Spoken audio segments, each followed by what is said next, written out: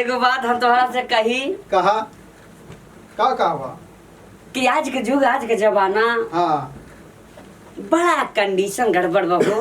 हाँ कोनो कोनो एगो मेहरारू अच्छी तरह से जानत होगा ना कि कितना बढ़िया बढ़िया खियादा हाँ मान सम्मान नहीं होला ना होला ना। हाँ तो भैया हरे कोनो मेहरारू बड़ा दुखिम बा, बड़ा दुखी रही है हाँ बहुत दुखिम बा। अच्छा अब दुखिम बाटे हाँ तो अपना सखी से कहत बा। का कहती कहत का बताइए सखी, हाँ बड़ा कष्ट के बात ई बाटे कि आज के युग जमाना ऐसन बा। अपना मर्दवा के कहत बा। अच्छा और ये भैया हमार हरे समर सिंह भैया ये गीत के गायन है, बड़ा धुआंधार चलत बा। अच्छा लेकिन वही गीतिया के लाइन में हमहू बताए कि उनके गीतिया चालू करत है। ठीक बा करा और दुल्हनिया कहत का बा, का कर दिया हालक का कही पियावा के बिन चालू इंजन चापता, नया नया ड्राइवर है, नया नया ड्राइवर है अरे नया नया ड्राइवर है, हराना में धोई धोई दावता, नया नया ड्राइवर है, हराना में धोई धोई दावता, नया नया ड्राइवर है, हराना में धोई धोई दावता। हालक का कही पियावा के बिन चलू इंजन चापता, हालक का कही पियावा के हालक का कही पियावा के बिन चलू इंजन चापता, नया नया ड्राइवर है, नया नया ड्राइवर है, हराना में धोई धोई दावता, नया नया ड्राइवर है, हराना में धोई धोई दावता। हटके में चाप देला उहो बिरीक हो, झटके में चावेला बाबा उहो बिरीक हो, बतिया न बुझेला त हो जलन।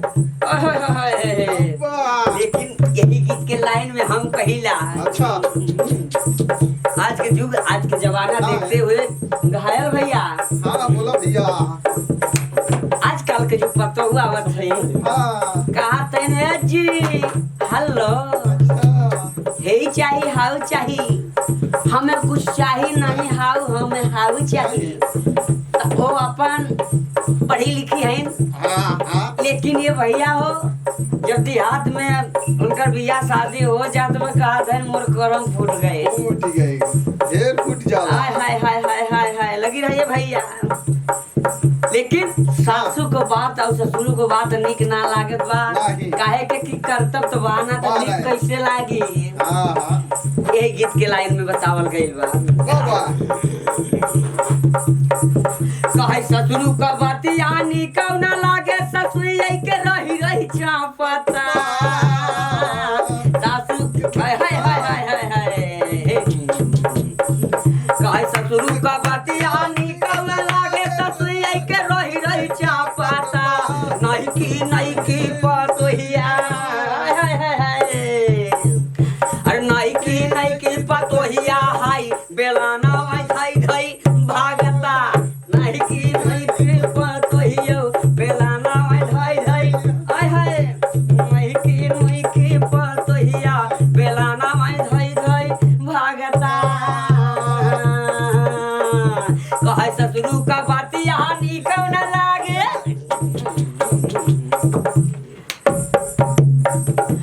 ससुर का बतिया निक न लागे, ससुर के रही रही चापता, ससुर का बतिया निक न लागे, ससुर के रही रही चापता, नहीं की पतोहिया, अरे नहीं की पतोहिया बेलाना धाई धाई भागता, नहीं की पतोहिया बेलाना धाई धाई भागता।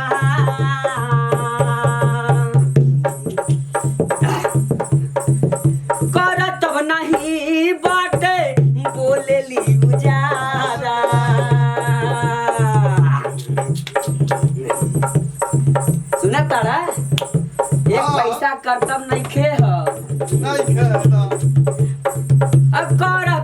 नइखे ओकर बोले ली ज्यादा छोट बड़ केहू के ना समझ मरियादा करत नइखे बाटे बोले ली ज्यादा छोट बड़ केहू के ना बुझली मरियादा।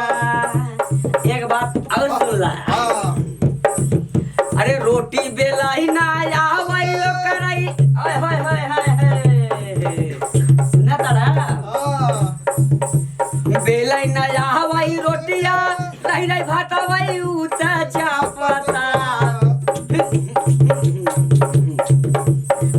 अरे बेलाई ना आवई रोटी रही रही भातवा लाई लाई चापता नई की पतहिया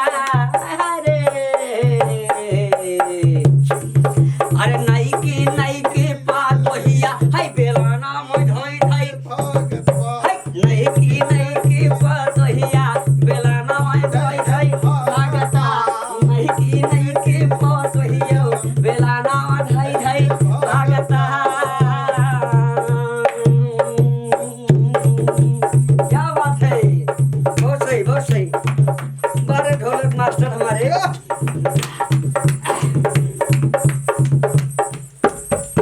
केतना समझाई नहीं मानेला कहानवा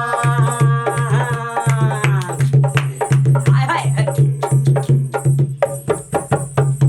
केतना समझाई लेकिन माने ना कहानवा ओकरा के का कही हाय दिल कई तरानवा ओकरा से कोई कही दिल के तरानवा।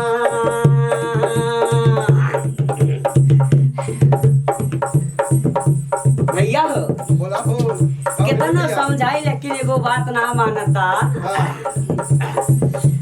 ता एक खातिर बतावल गइल बा कि लोग कहलन कि काम के पूजा होला हाँ शाम के पूजा नहीं नहीं, होला शाम के नहीं। चाहे गोर हो या करिया हाँ एक खातिर बतावल गइल बा का हम बताइयो का माने ना कहाना